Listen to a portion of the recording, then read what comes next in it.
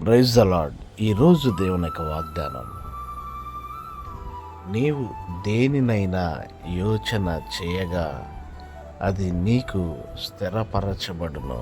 యోబు గ్రంథం 22వ అధ్యాయం 28వ వచనం. ప్రియరా, నీవు ఆయనకు ప్రార్థన చేస్తే ఆయన ఆలకిస్తారు. మరియు నీవు దేనినైతే యోచన చేస్తున్నావో అది నీ కొరకు దేవుడు స్థిరపరచువాడై ఉన్నారు.